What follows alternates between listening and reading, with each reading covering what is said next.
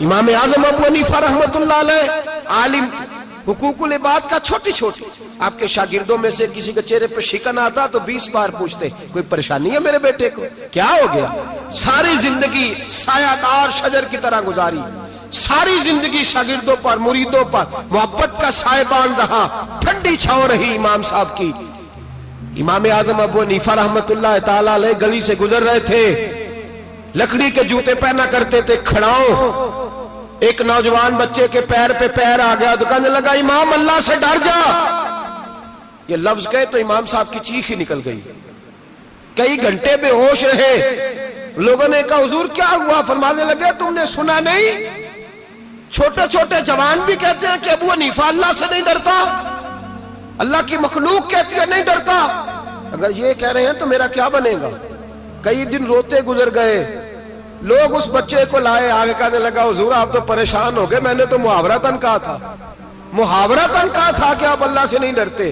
فرمانے لگے بیٹے مجھے محاوروں کا نہیں پتا، جب رب کے خوف کا نام آتا ہے تو جملے سیدھے میرے دل سے جا کے ٹکراتے، سیدھے دل سے جا کے ٹکراتے۔ گلی سے گزر رہے، لکڑی کے جوتے پہنے، کھڑا ہوں، بارش ہے، کیچڑ ہے، ایک دیوار کے قریب سے گزرے تو تھوڑا سا کیچڑ اڑ کے نا تو دیوار پہ پڑ گیا۔ یہاں ٹرالی والا ساری دیوار توڑ جاتا ہے اور کہتا ہے چلو میں نے کون سا جان بوجھ کے کیا ہے۔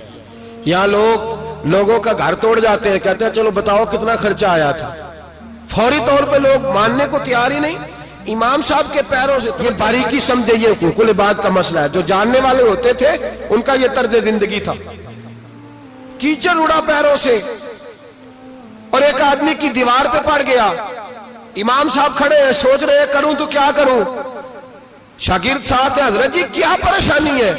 آپ فرمانے لگے میں نے اس کی دیوار گندی کر دیا، صاف نہ کروں تو بھی ظلم ہے، اور اگر صاف کروں تو دیوار کچی ہے، جب صاف کروں گا تو کچھ مٹی اتر جائے گی، تو کسی کے گھر کی مٹی اتارنا یہ بھی ظلم ہے۔ اب میں دو پریشانیوں میں الجھ گیا ہوں، کدھر جاؤں؟ کہا حضرت جی پھر؟ فرمایا اس کے دروازے پہ دستک دو۔ دروازے پہ دستک دی تو جو بندہ باہر آیا وہ مجوسی تھا، آگ کی پوجا کرنے والا تھا۔ امام صاحب کہنے لگے مجھے جانتے ہو؟ کہنے لگے حضور سارا کوفہ جانتا ہے، سارا بغداد جانتا ہے، ساری دنیا جانتی ہے آپ مسلمانوں کے امام ہیں، لوگ جانتے۔ آپ نے فرمایا یار مجھ سے غلطی ہو گئی ہے۔ وہ کیا؟ آپ فرمانے لگے میں اپنے انداز میں گزر رہا تھا، بوڑھا آدمی ہوں، خیال نہیں آیا، تھوڑا کیچڑ اڑ کے تیری دیوار پہ لگ گیا ہے۔ میرے بھائی یہ کوئی فرشتے تھوڑی تھے، یہی زمین پہ بسنے والے لوگ تھے، احتیاط والے لوگ تھے۔ ہم لوگوں نے پتہ نہیں اپنا مزاج اتنا سخت کیوں بنا لیا ہے، کتنے لوگوں کو لتاڑ کے، کتنی پگڑیاں اچھال کے، کتنے حقوق العباد ضائع کر کے بھی ہم اسی طرح کے مطمئن ہیں۔ کہاں سے تسلی لاتے ہیں ہم؟ کہاں سے اپنے آپ کو ٹھنڈک دیتے ہیں؟ کیسے اپنے آپ کو ہم سکون دے لیتے ہیں کسی کو تکلیف دے کے؟ کس طرح سکون کی نیند آتی ہے جب کوئی پریشان ہوتا؟ کیوں ہمارا دل پتھر ہو گیا؟ اعلیٰ حضرت فرمایا کرتے تھے جا کسی سے جا کے علاج کرا، تیرے سینے میں جو دل دھڑک رہا ہے وہ سخت ہو گیا، جا کسی سے جا کے اس کی دوائی کھا، تجھے خیال ہی نہیں آتا تڑپتے لوگوں کو دیکھ کر، جا کے علاج کرا، اگر ایسے ہی مر گیا تو حالات تیرے حق میں اچھے نہیں ہوں گے۔ حضرت امام صاحب تڑپ رہے ہیں اور اس شخص کے سامنے آہوزاری کر رہے ہیں جو مجوسی بھی ہے، غریب بھی ہے، کچے گھر میں رہتا ہے۔ فرمایا یار بتاؤ کیا کروں؟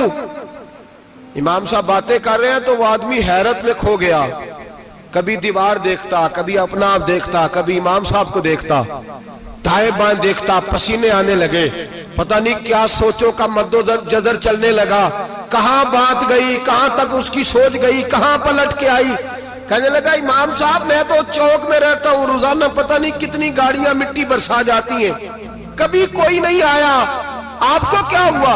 آپ فرمانے لگے مجھے کسی کا نہیں پتا، مجھے تو میں نے جو قرآن حدیث پڑھا ہے مجھے تو ڈر آ رہا ہے، مجھے بتا تو معافی دیتا ہے کہ نہیں، تیری دیوار صاف ہوگی کہ نہیں؟ کہنے لگا حضور دیوار کو چھوڑے، پہلے کلمہ پڑھائے، میرا دل تو صاف کر دے۔ کہنے لگا اتنا میٹھا دین، اتنا پیارا دین، اتنا خوبصورت دین کہ غریب کی دیوار پر کیچڑ لگ جائے اور آپ کو اتنی تکلیف ہو، میں اس دین سے دور کیوں ہوں؟ یہاں روز یورپ کہتا ہے کہ مسلمان جھوٹی شادیاں کرتے ہیں، دنگا فساد کرتے ہیں، نیشنلٹی لینے کے لیے جھوٹ بولتے ہیں، جانے کس کس قسم کے لوگ پاپڑ بیلتے ہیں، کس طرح اپنا ایمان بیچتے ہیں، کیا انداز ہم اختیار کرتے ہیں۔ ہمارے کردار نے لوگوں کو مذہب اور دین کا باغی بنا دیا. ہمارے بزرگوں کا طریقہ یہ تھا کہ چھوٹی چھوٹی باتوں کا خیال کرتے, چھوٹی چھوٹی باتوں کا. بہت بڑے عالم تھے. یہ ساری نیکیاں تو ان کی سماجی تھی, فلاحی تھی, ان کی معاشرت کی نیکیاں تھی, دنیا داری.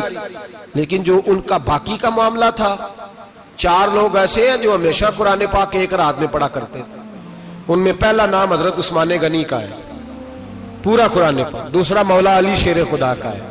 تیسرا حضرت سعید بن جبیر کا ہے. چوتھے امام اعظم ابو حنیفہ ہیں جو ایک رات میں پورا قرآن پاک پڑھ دیا کرتے ہیں. جس جگہ امام اعظم کی قبر بنی ہوئی ہے نا, اعظمیہ ایک محلہ ہے بغداد کا, اس کا نام ہی اعظمیہ, امام صاحب کے نام, جہاں قبر بنی ہوئی ہے. وہاں بیٹھ کے امام اعظم ابو حنیفہ نے 60 مرتبہ قرآن پاک ختم کیا. خود پڑھا, خود فرمایا یہاں میں نے دفن ہونا. اس جگہ 60 قرآن پاک پڑھے.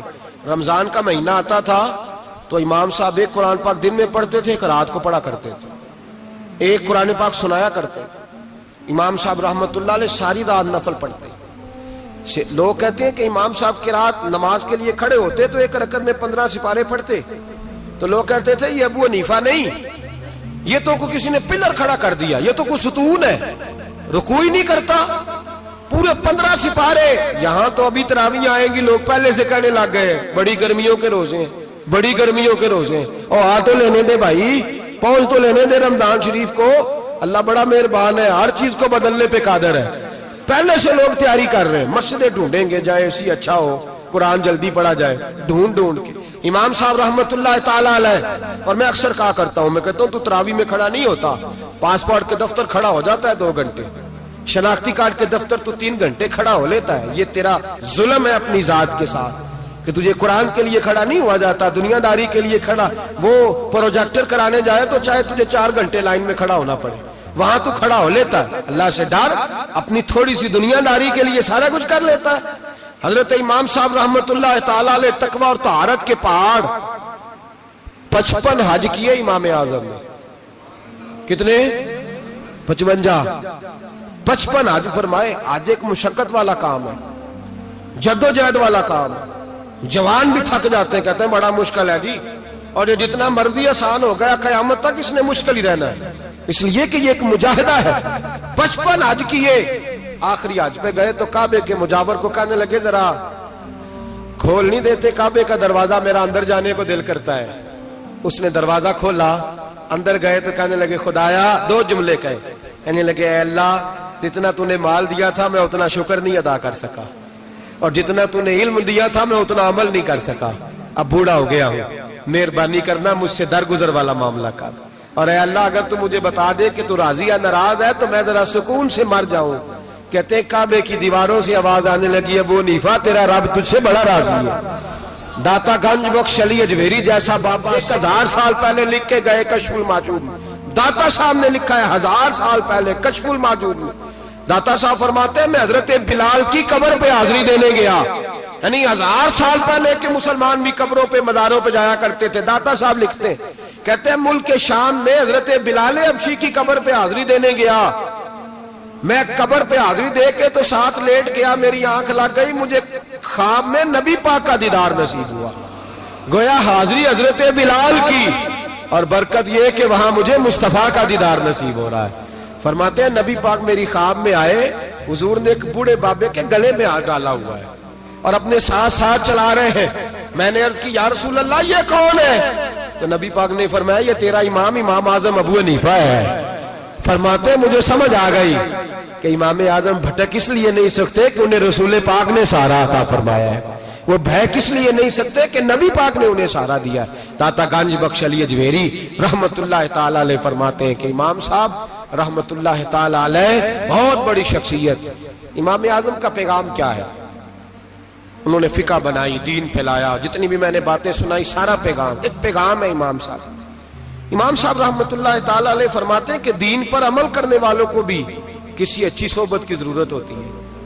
عمل کرنے والے کو آپ فرماتے ہیں کئی دفعہ عمل کرنے والے کا عمل بھی ٹوٹ جاتا ہے, استقامت نہیں رہتی.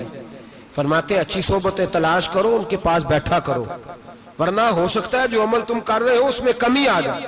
جتنا نیک لوگوں سے رابطہ زیادہ رہتا ہے انسان کا دین پر عمل زیادہ رہتا ہے, جتنا نیک لوگوں سے پیچھے ہٹتا ہے اتنا دین سے آپ فرمایا کرتے تھے اگر 2 سال نہ ہوتے جو میں نے امام جعفر صادق کی صحبت میں گزارے تو ابو حنیفہ ہلاک ہو جاتا. اپنے آپ کو رب کریم کے بندوں کے ساتھ لگا کے رکھیں, جوڑ کے رکھیں. اگر ہمارا رب کریم کے بندوں سے رشتہ رہے گا تو قرآن و سنت سے رشتہ رہے گا.